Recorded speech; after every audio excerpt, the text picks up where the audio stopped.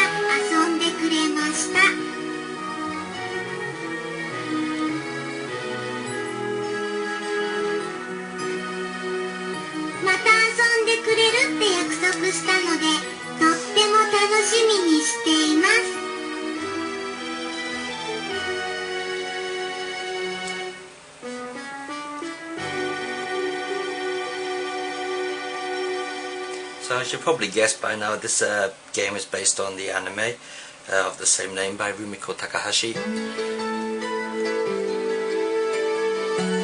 Let's just adjust the camera here.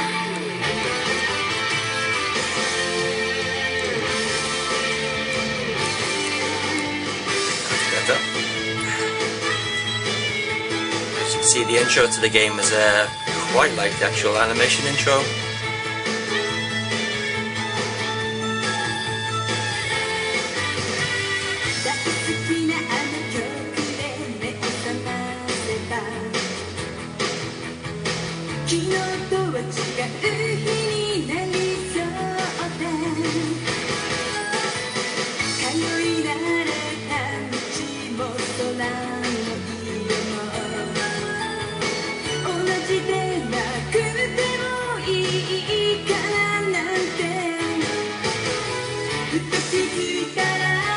Now what you must remember, this game is like over 10 years old now, and then for its time this was cutting edge. The only other Mega CD game that comes close to this is another one of Game Art's titles called Yumi Mix. But Urusei Yatsura simply blows it away in terms of animation quality. So what type of game is it then? Well, it's actually a point-and-click adventure with a difference.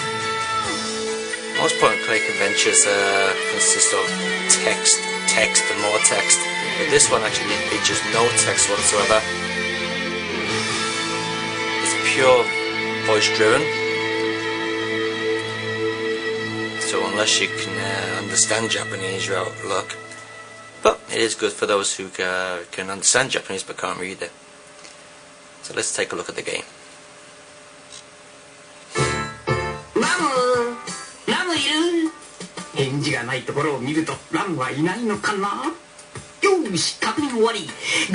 So the guy on the screen at the moment is Ataru.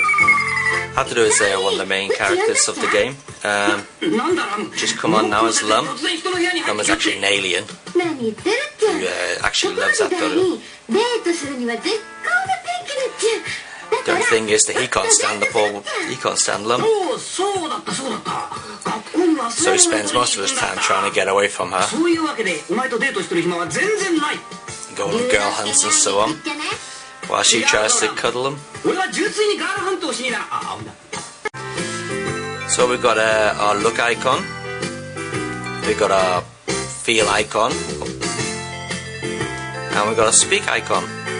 So if we go to the jacket here and have a look, with the look icon you can see it's lit up red, means you can use it. Here we go, we found a couple of cinema tickets, so just take them. Oops, wrong button. さて誰と映画を見に行こうかな。As you can tell, he's a real pervert.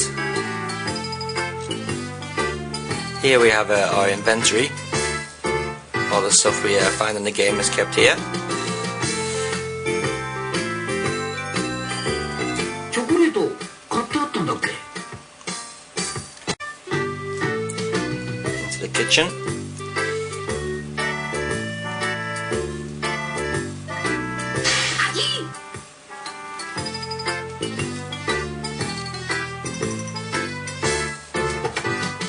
Hanka, 賞味期限大丈夫かな。何々2人で温泉旅行に出かけてきます。あとはよろしく。母よりだ。あのな。Fans of the animation will be quite happy with this one. It features all the usual comedy from the anime.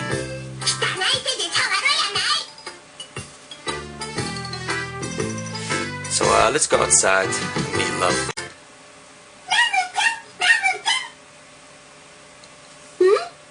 なんだ。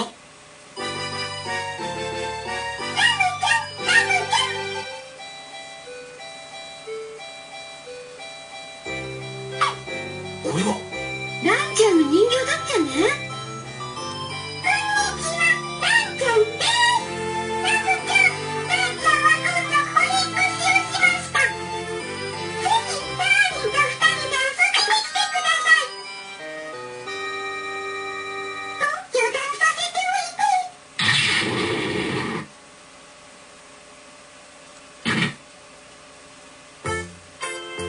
ランちゃん、まだ昔のこと根に持ってるっちゃね。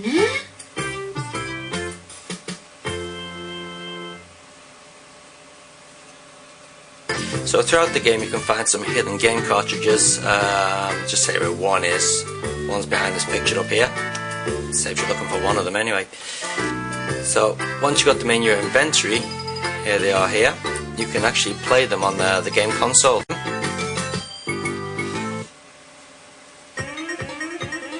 Girl Fighter Nitro. To be honest, it's actually a bit on the crap side, but it's quite an interesting freebie. You can only play the girls, of course, so we'll go Lum.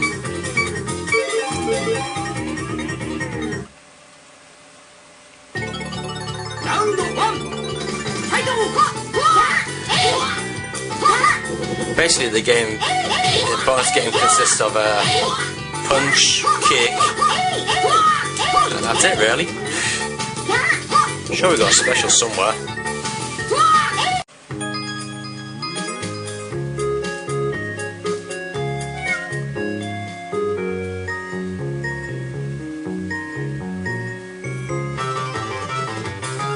Okay, you all know this one. Catch the falling items. Here we go, we're going to catch our little fishes here. Oop, don't want to catch the table. Wow. If you catch the table, you'll end up sitting down to eat his fish and waste some time. There you go.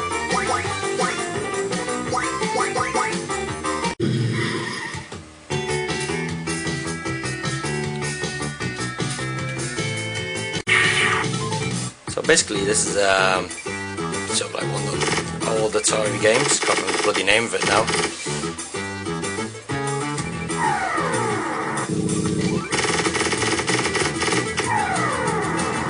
Wow. Very difficult. Shoot down the ships. There we go.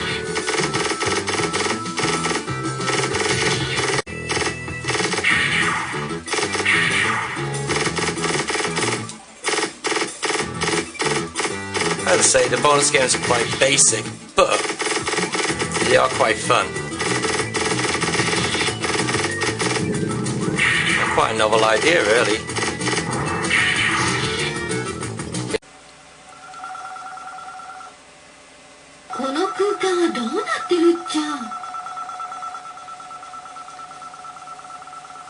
If there's one bad thing you'd have to say about this game, it's pretty difficult actually, because the game is just so perfect.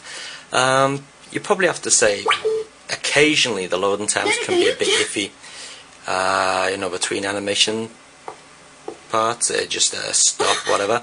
But to be honest, it's not even that much of a problem. In fact, you don't notice it most of the time.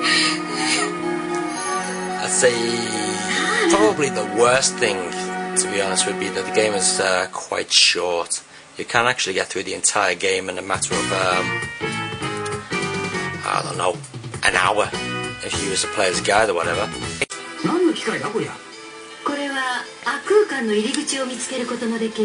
So, could you actually recommend this game to people who can't speak Japanese?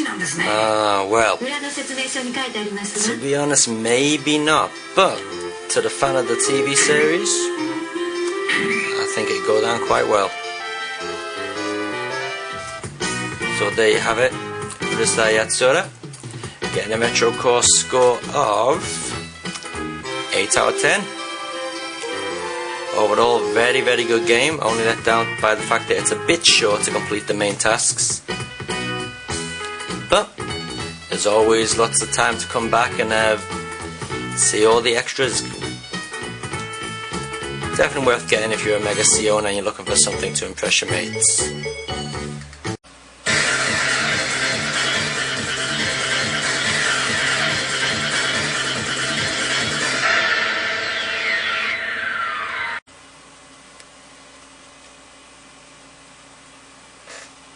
Daimakaimura, the game which brought spookiness into the platform era. While most people in the West were playing on their Amigas and their Atari STs with the substandard arcade conversions, the Japanese were playing on their sharp X68000s, bringing home perfect arcade conversions such as this, Strider, Final Fight, and many many more. This version puts the Mega Drive version to shame. In fact, it makes the Mega Drive version look more like a Master System and the Master System look more like a Game Boy. Even the Super Famicom's Super Ghouls and Ghosts is nothing compared to this one. So let's take a look and have a look at the power of the Sharp X68000 with the arcade perfect version of Ghouls and Ghosts, as it's known in the West.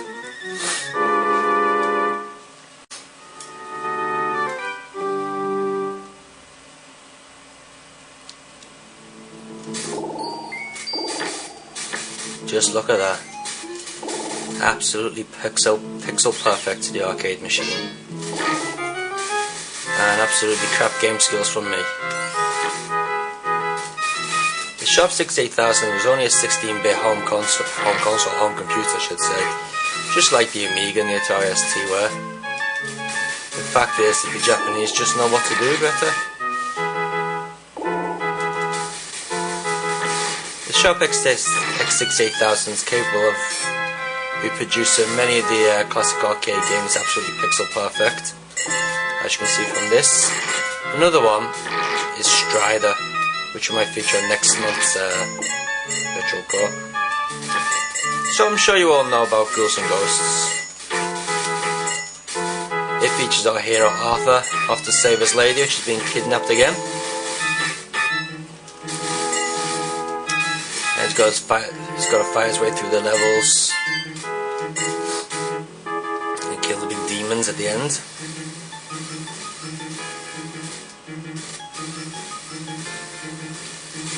Yeah, go on, fuck off. These things are bloody annoying. I hate these things. For those who have never played in the Ghouls and Ghosts series of games, you won't know how bloody tough these games are. Capcom seriously wanted to make people destroy a few controllers when making this game. It's absolutely rock solid. And the worst thing is you've got to finish the game twice before you even get to the ending. Which really pissed people off, or pissed me off, I know that much.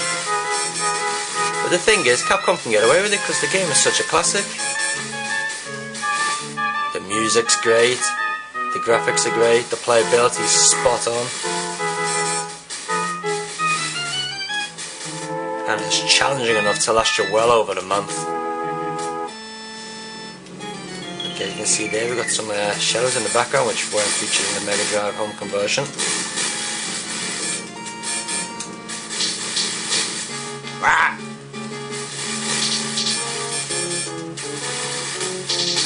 Let's see if we can get the nice catch. There we go, nice catch.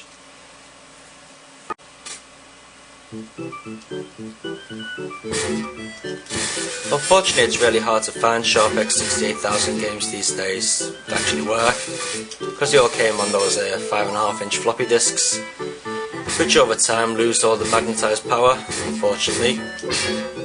So this game, it's actually running on a hard drive, since the original discs don't work anymore, which is a shame.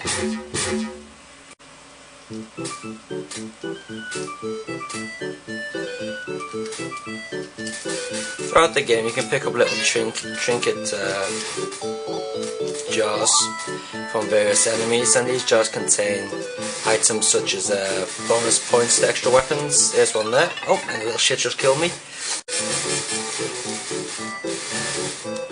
Here you go, there's the fire weapon, which you shouldn't have got because it's completely crap for this level. One of the better weapons I think is a small dagger. You can throw it really fast.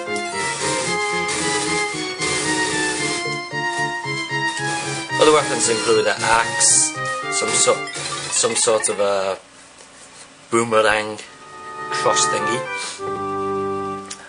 Apart from the extra weapons, there's the chance to gain some extra power armor, which is coloured gold.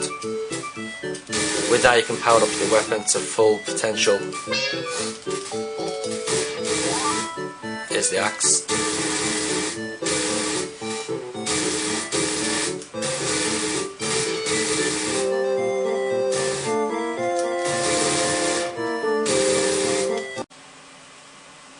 So there you had Ghouls and Ghosts there on the Sharp X68000. Excellent game, absolutely flawless compared to the arcade. You can't get any better of a conversion, to be honest. So we're going to have to give it a retro core score of 9 out of 10.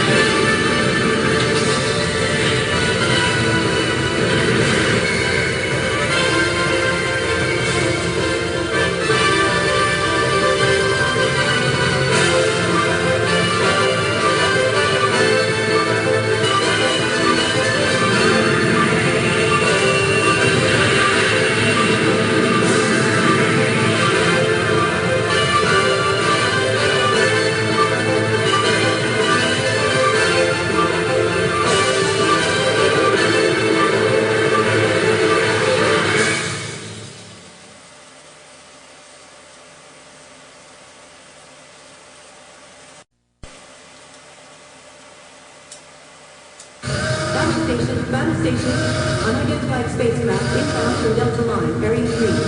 Number unknown, but increasing. RTP squadron scramble immediately. Repeat, scramble now. Squadron 207, scramble now. Rendezvous with squadrons 279 and 333. Take position for evacuation. This is not a drill. Repeat, this is not a drill.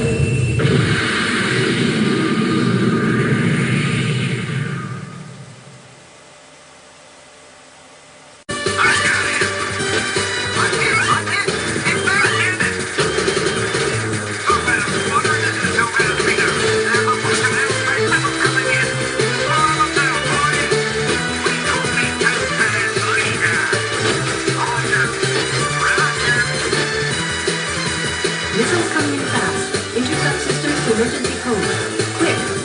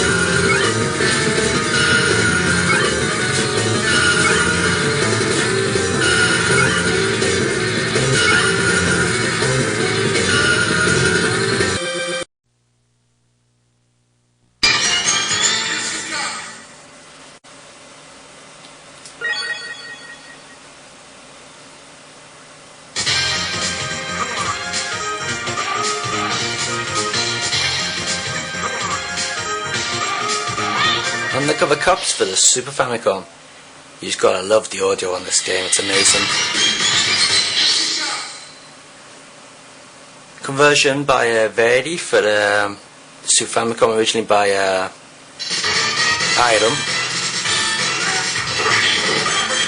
The Super Famicom conversion is actually quite a good conversion. Graphics are nice and beefy, as you can see. Detail is extremely good. Animations are quite a bit less than the original arcade machine. But everything else is in there. Pick up your weapon. Wow. Nice touch is in this game. To pick up something big, you gotta smack your button a bit. Here, look on the monitor down here. See R-Type playing.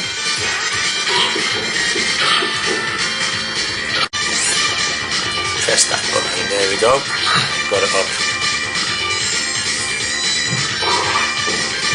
As you can see, when you hit people with the stick or a big concrete pole, bits fly off it. You see there.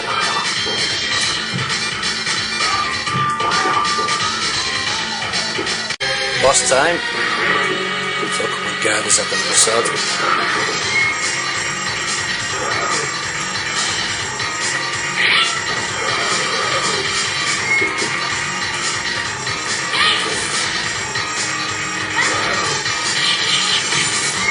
There's only a standard array of moves. We got jump here, we got a punch, we got a special. There we go. Doing a bit of a special action. God knows what it is, but it knocks him out anyway. You got your usual bundle of throwers. She throws them with her hair. Probably the only woman on the planet who can. The idea is not to get caught under this press here, which I'm about to. There we go. Try and throw this little shit under it, and that'll be the end of him.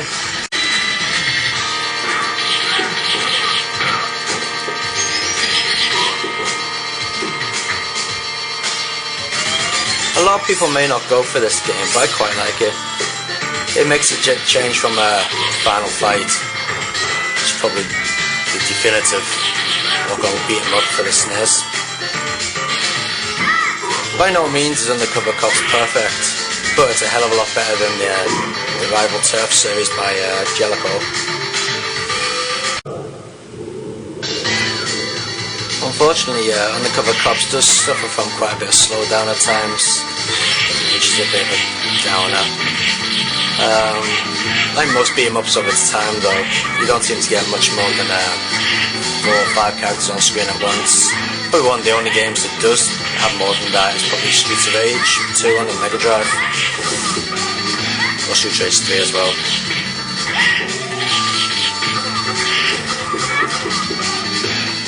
Another bad thing about Undercover Cops is the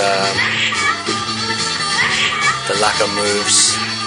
Like I said before, you've got your standard punch, kick and throw special. And get up your little sword. But within time you sort of get a bit dull. No, it's just something about Final Fight that keeps you going, but this game doesn't have it.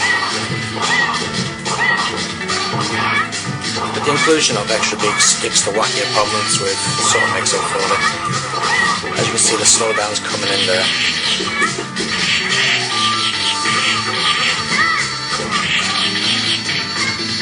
Give it a special. Oops.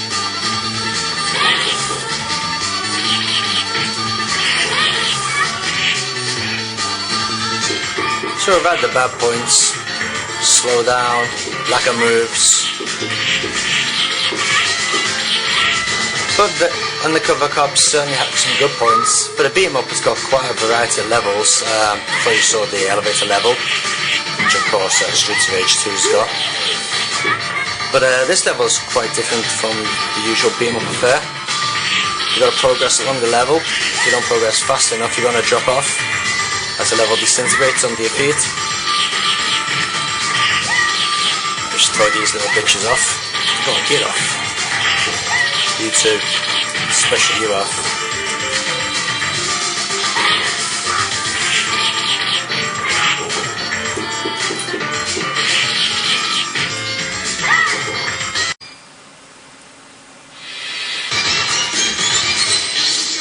just love those little eye catchers. Just like a Japanese animation.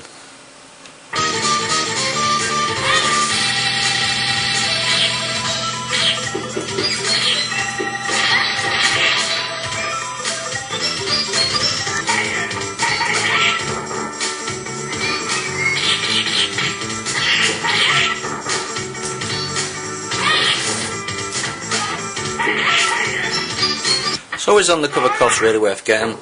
But if I was one of those tits from Gamesville, I go, you know me, Daz, it's all about the gameplay, I'm into my beat-em-ups. So I'd have to give it a bloody 10 out of 10. But to be honest with you, it's a good game, it's got its downfalls, slow down and so on. But I'm going to have to give it a score of 6 out of 10. Being one of the later Super Famicom releases in 1995, you'd expect it to be a little bit better programmed without the slowdown. But overall, fans of beat-em-ups will enjoy it, but I think that's about it really. Everyone else, stick with your Streets of Rage 2. Or if you don't own a Mega Drive, get yourself Final Fight.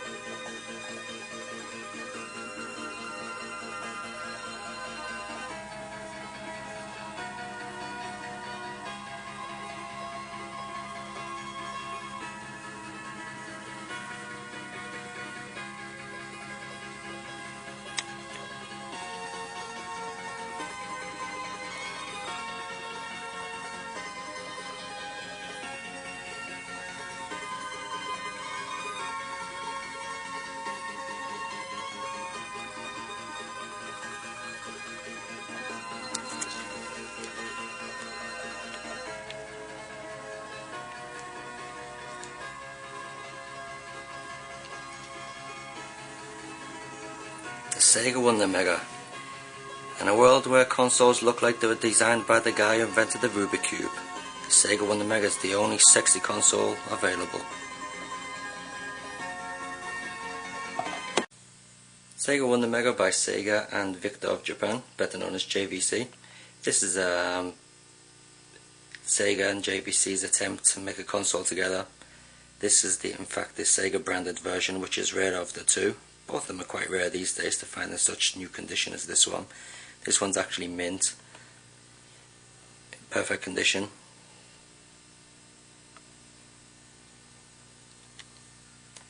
One thing that sets the WonderMega apart from other machines back then and even now is the fact that it has a motorized lid. You have to use the control panel to get your CD games out. So you just press open here and look what happens. Sexy or what? The CD drawer is surrounded by these two green lights which seem to look yellow on this tape. They don't serve any purpose whatsoever except to look flash. Down here we have your ready and access lights. Down the front of the console we have this little panel here, which when we open up reveals a couple of hidden buttons. In here we have a headphone socket with a volume control, two mic sockets for the karaoke mode, and over here to the far right we have the FX volume, which controls these little devils over here. These are the WonderMega's DSP buttons, which control the different sound types which the machine can handle. For starters we have the game, then we have the bass, then we have karaoke, and of course finally off. I don't know whether you'll be able to hear the difference on the video, but let's give them a try. Okay, so we've got KO going. Let's try out these DSPs. First up we'll try the game. Oh, much better, far more beefy. Extra bass. Not bad. Karaoke. Doesn't sound too good on games. We'll try that one later. Not only does the WonderMega take Mega CD games, of course, it also takes Mega Drive games. So let's give one a try here. Let's give a Virtual Racing a whiz. Okay, power off. Plunk it in the slot here. And switch on. There we go, Virtual Racing on the Mega Drive. Or should I say, Virtual Racing on the WonderMega.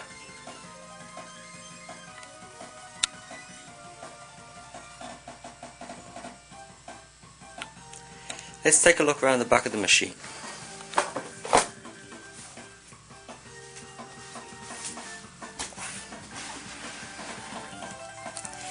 The WonderMega features quite an array of outputs. Here we've got the voltage in, and this one's quite an important one, or quite an interesting one. This is the MIDI output, which lets you connect MIDI equipment to the WonderMega to turn it into a fully fledged studio. Over here we have your standard composite audio video outs, and next to that we have the S-video out, and then over here we have a very unusual looking RF unit. Further over to the left we've got the extension out used for the Mega modem, and a little screw hole which I presume is for the Mega modem to connect to. So there you have it, the Sega WonderMega. One machine which should have came out all over the world, but never.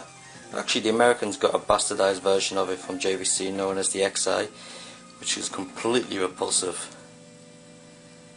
But of course the Japanese get the best version of everything, don't they?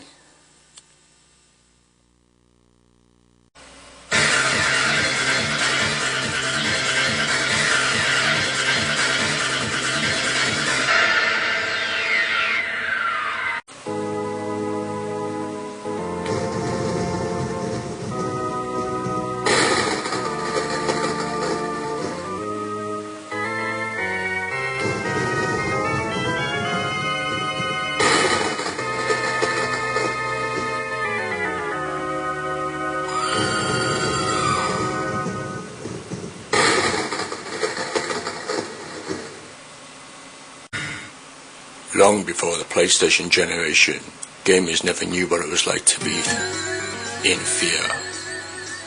But the veteran gamer knew quite well that Resident Evil was not the original survival horror. Namco brought us Splatterhouse.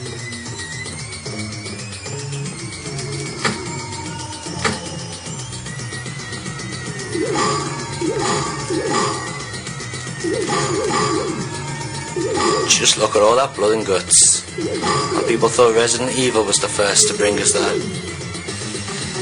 Namco Splatterhouse was probably the first original horror game. And back in those days it was pretty gruesome, and still quite gruesome even by today's standards. Just look at that poor woman in the background, completely mutilated to death.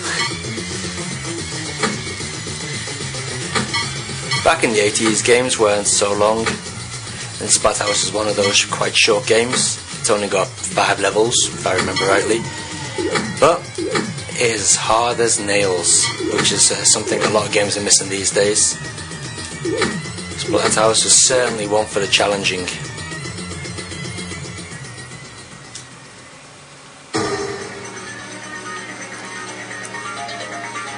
Many older gamers might remember this bit being a complete pain in the ass. The little blood-sucking intestine worms grab hold of your legs.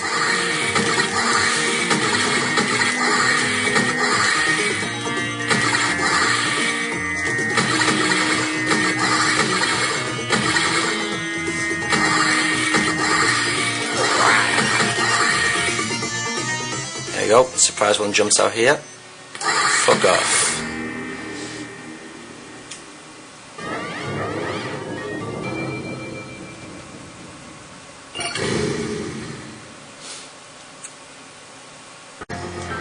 Namco did a really good job with Splatterhouse.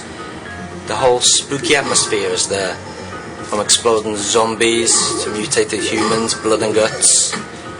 You got the whole lot. The only thing missing is the Jason chainsaw, which I think you'd have to leave out, but they obviously ripped them off. Just look at the detail on the graphics when you hit these things here. See them open up? Disgusting. Look at that.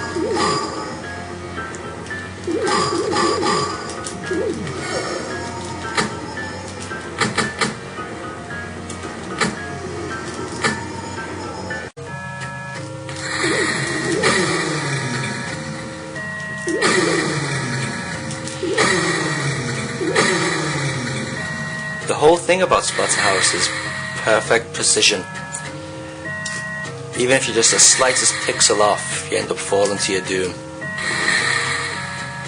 The whole game takes what most games don't take these days. It's quite a lot of skill.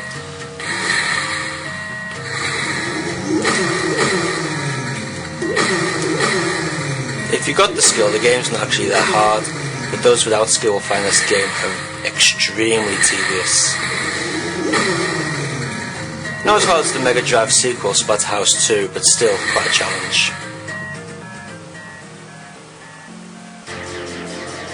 Here we go, end of level boss. It's gonna be a right pain in the ass in the poltergeist room. First you have to avoid the objects falling down. Then the chair will come to life.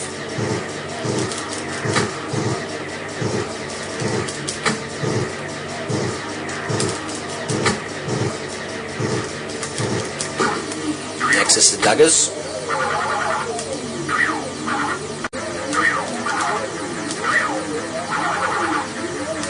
And finally the picture, which just killed me straight away. Throughout the game there are lots of secret weapons to pick up. You get things from meat cleavers, even a wrench to throw at people, spears and whatever, but this is my favourite, the shotgun. Just take out the Texas Chainsaw Massacre Maniac here.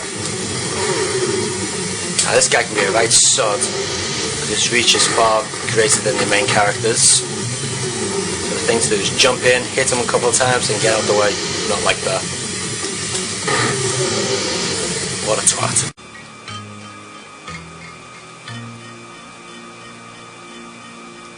The atmosphere of the game is especially good. Namco have done a really good job creating that spooky atmosphere. This hall of mirrors here, for its time, was quite impressive. And it really gives you the feeling of a shiver down the spine, which mirrors the copy going to come from.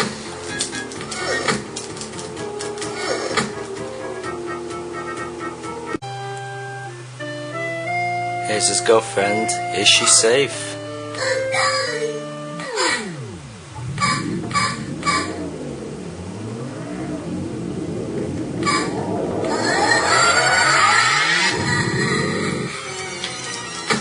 Will Jason win to save his girl? Doesn't look like. So Splatterhouse 1, sorry, not Splatterhouse 2. A very, very good game from Namco. All the way back from 1988. We're going to give it a retro... can't speak English now.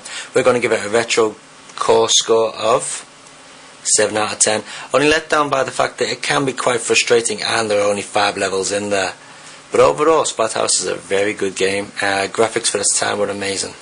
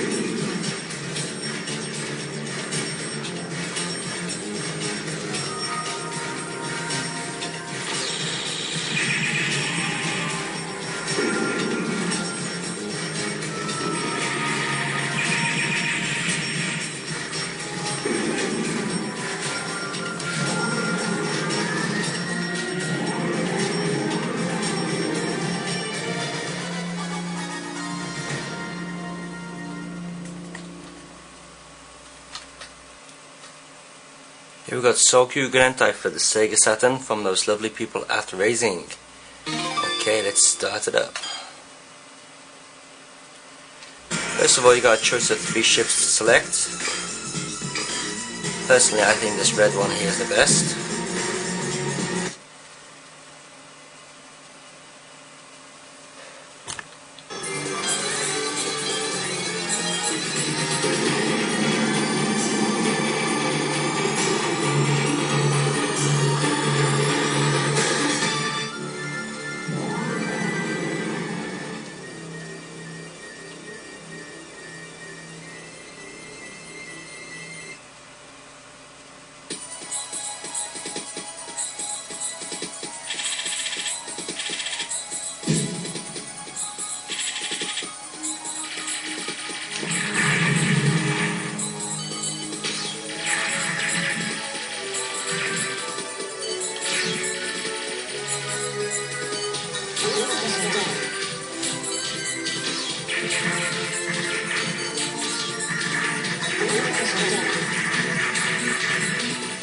Sokyugurentai comes to us from Racing, as I said. It's a conversion of the STV arcade board, otherwise known as the Titan board in the West. Basically, it's just a Sega Saturn in an arcade cabinet.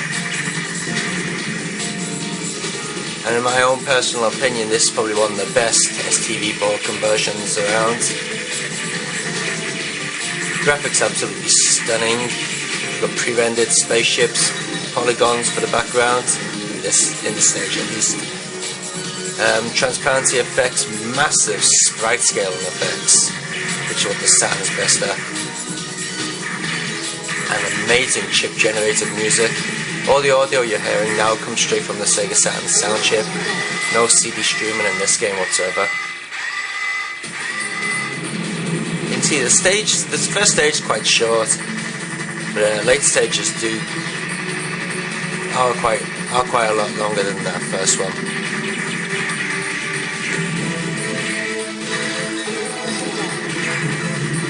We also let loose with a cluster bomb.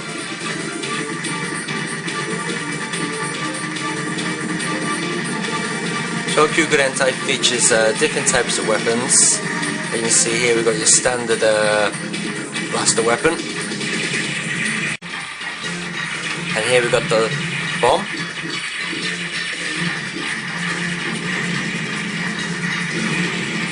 And most important is this laser lock-on here. The laser lock-on can lock in from items above and below the screen. So as you can see, I'm attacking that ship that's below me. These are on the same plane as me. Of course I can take them out. Also, items which are zooming in from above can also be locked on with the laser and taken out. There are actually 2 types of lasers. This one, the one that you just saw, which is probably the most useful. And then we have this one here, which is more of a cluster attack. You can see it there. It's a lot more powerful than the laser, but doesn't let as many clusters out as what you get with lasers. So while the laser is less powerful than the cluster attack, you certainly hit a lot more objects and it seems to be more effective overall.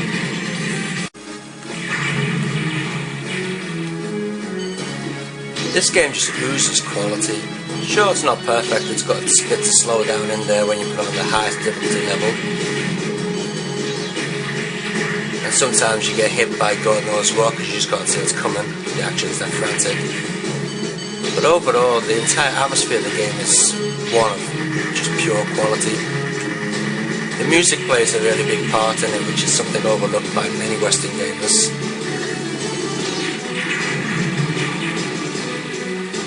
It just gives you that sense of being at war with the military attack. Down the very bottom of the screen down there, you can see a couple of trucks and a big boss.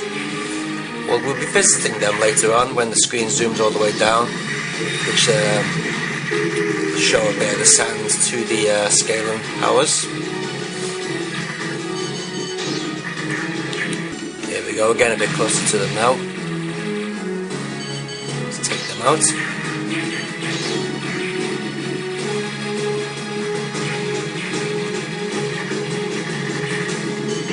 Ah, shit. That one got me.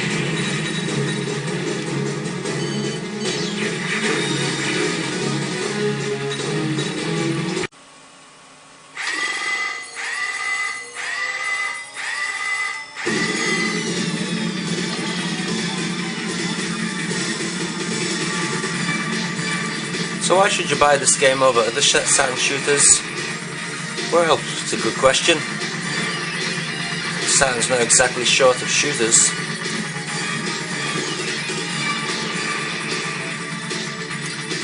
But I'd say, to the defense of this one, it's probably got a graphic quality higher than most Saturn shooters out there. The sound is amazing. The playability is spot on. You can't fault the playability at all. And it has this one extra feature that keeps you coming back. Just take a look. It's the extra options menu. In here you get the chance to change all sorts of different options to customize the game.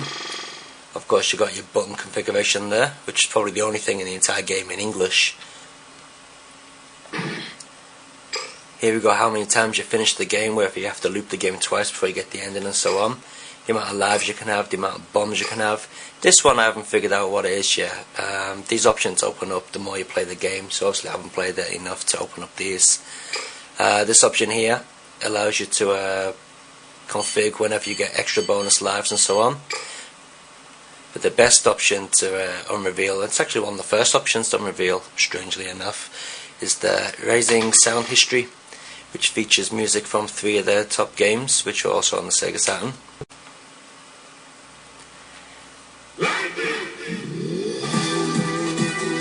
And these feature all the different music from the games, so you can listen to all your Raising favourites on your Sokyugurentai. So Retro Score has to give I can't even say the name now.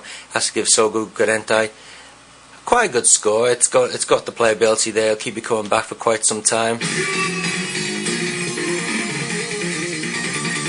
You know, it's got the extra options, the challenge and everything. We're going to give it a score of 8 out of 10.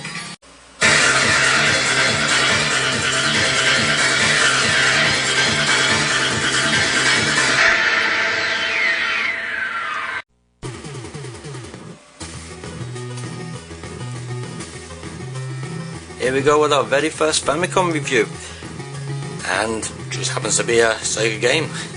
Okay, so here we got Afterburner II. Famicom version was released by Sunsoft, or reprogrammed by Sunsoft, and as you can see they've done a pretty decent job of keeping the arcade feel intact.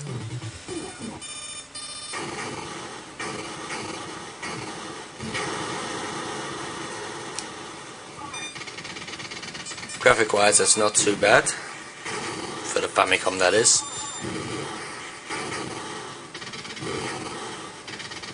Sounds a bit iffy, but it does have all the sampled speech there from the arcade. But how does it play? Okay, well, let's give it a try.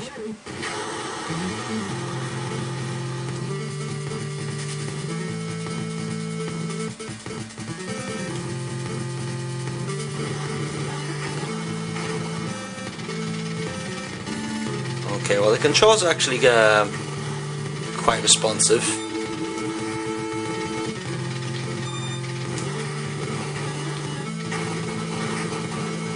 But as you can see, I just got shut down by completely nothing, which is going to bring me on to the bad point in the game now. It's quite difficult to actually see what's coming ahead of you due to the sprite flicker. As you can see, I've just been shut down twice there. First time, didn't know what hit me. Second time, missile hit me, which you can just about see.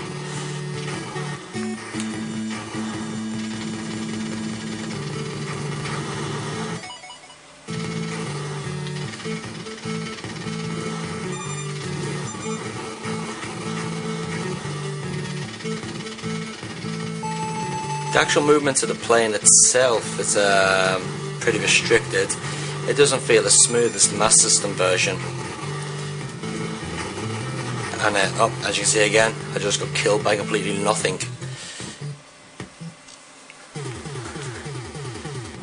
So, it is quite an interesting release, and graphically I'd say they've done a pretty decent job. As far as playability goes though, it's actually a non-starter. You just can't see what's coming ahead, and you end up getting blown away by nothing.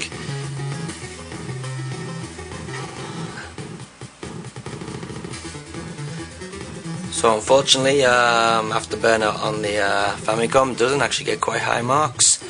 We give it a retro core score of only 3 out of 10.